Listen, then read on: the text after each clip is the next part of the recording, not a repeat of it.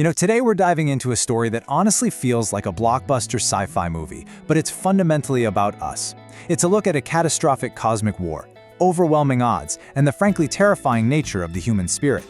We're going to examine the historical records of this incredible event, where the cold, calculating logic of the universe slammed face first into something it literally could never have predicted. It's a story of absolute destruction, sure, but more importantly, it's a masterclass in the unbreakable psychology of our species. So, think about this for a second. What actually happens when a species completely stops fighting to survive and starts fighting for each other? I mean, this isn't just some abstract philosophical thought experiment, right? As we'll see in the source records we're looking at today, this exact psychological shift is what completely shattered an unstoppable alien armada. 3. Mathematically speaking, according to the records, 3 days was the exact timeline the alien coalition predicted for humanity's total and complete extinction. When the coalition's Grand Fleet entered the Sol system, they brought overwhelming force. They looked at the hard data. Humanity had fewer ships, vastly inferior weapons, tiny colonies, and absolutely zero alliance support. To them, it was just a simple math equation. 3 days to completely erase a species. And, for a terrifying moment, it really looked like their math was dead on.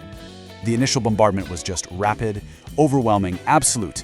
Literally thousands of warships darkening the void, massive defense stations erased in a matter of seconds. The collapse was horrifyingly systematic. Day 1, Mars falls. Day 2, Europa falls. Day 3, Titan falls.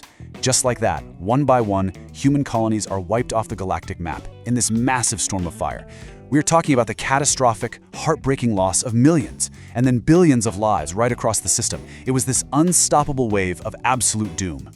But, well, here is the twist. And as I always say, the universe absolutely hates a confident mathematician. The alien high commander is sitting there, watching Earth literally burn beneath his flagship, and he's just baffled that humanity hasn't surrendered yet.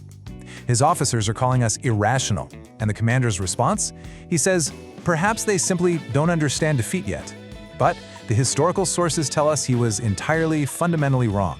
Humans understood defeat intimately. And because we understood it, because we've lived with it, we feared it way less than anyone else in the cosmos. Which brings us to Section 2, the logic of chaos, extinction, and morale. So as the war dragged past that predicted 3-day mark into this terrifying new reality, coalition analysts started intercepting our communications. And what they found completely broke their understanding of psychology. Like, they found audio of a heavily damaged human pilot drifting through the dark, literally laughing while reporting his reactor failure. Or a soldier missing an arm telling his squad mates to stop complaining because, hey, the enemy looked worse.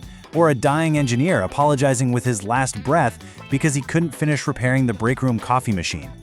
Contrast that horrifying cosmic destruction with these hyper-intimate, mundane jokes. The aliens were stunned. They simply could not comprehend how we were maintaining morale under literal extinction conditions.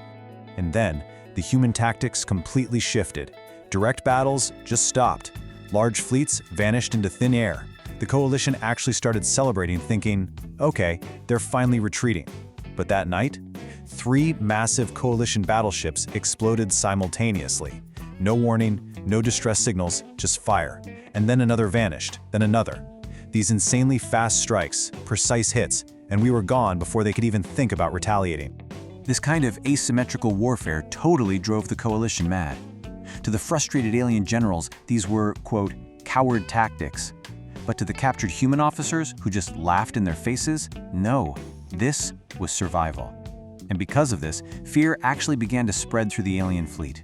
Not the fear of being defeated in some grand, honorable battle, but the sheer terror of uncertainty. We were fighting like chaos itself. To them, every single shadow became a deadly threat. Then came the broadcast, a single chilling human message transmitted across every single coalition channel simultaneously. It just said, "You still think this war is about winning." The High Commander heard it, and he was completely oblivious to its terrifying meaning. But just a few hours later, he got his answer. The tactical shift here was absolutely brilliant. See, the coalition had been focused entirely on military targets, which is, the standard logic of war. But these tiny, barely armed human fleets that suddenly emerged near the alien core worlds? They ignored the military entirely. Instead, they hit shipyards, power grids, trade routes, factories. Humanity realized something absolutely critical. The coalition military was insanely powerful, but its civilization was actually incredibly fragile. Within days, civilian worlds lost power. Massive food shortages began. Riots erupted everywhere. We were literally collapsing their society from the inside out. Moving on to Section 3, the weapon of sacrifice, the final stand. This total humiliation pushed the coalition right to the brink. The scene shifts back to Earth's orbit. The High Commander, absolutely desperate to end this chaos, orders total extermination. No negotiations, no mercy, no survivors. And in response, human ships appeared, but not hundreds, not thousands, tens of thousands. Every single remaining vessel humanity possessed assembled for one final defense. We're talking military ships, sure, but also cargo haulers, mining rigs, civilian transports. It was this heartbreaking yet completely awe-inspiring armada of literally anything humanity had left that was capable of flying. The High Commander stared at his screens in sheer shock.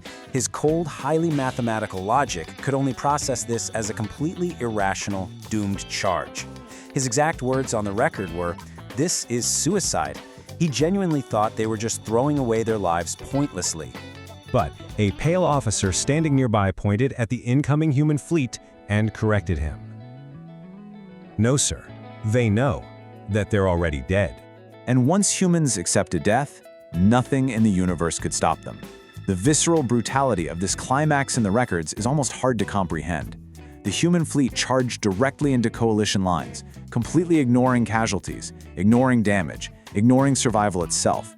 Ships intentionally rammed alien battleships. Pilots deliberately overloaded their own reactors. Boarding crews ran out of ammunition and literally kept fighting with their bare hands. Humanity took the very concept of death and weaponized it. And then the impossible happened. The coalition broke. For the very first time in centuries, the Grand Fleet retreated. They didn't lose militarily, mind you. They still had way more firepower. But they were defeated by a terrifying psychological realization that completely shattered their will to fight. See, every species the coalition had ever conquered followed a simple, logical rule: survival above all else. But the human truth is vastly different. We value each other way more than we value our own individual survival. You cannot defeat a species that has already decided that surviving is less important than protecting others at all costs. Our chaotic, irrational, completely beautiful connection to one another, that is our greatest and most terrifying strength. Years later, this exact war became mandatory study across all the alien academies, and one specific lesson was placed in every single military textbook, a permanent, unforgettable warning about the sheer power of the human spirit. It simply read, "If humans ever fight like they have nothing left to lose, run." So the next time you look up at the night sky, ask yourself, what are we truly capable of when we stand together with absolutely nothing left to lose? Thank you so much for joining me for this explainer.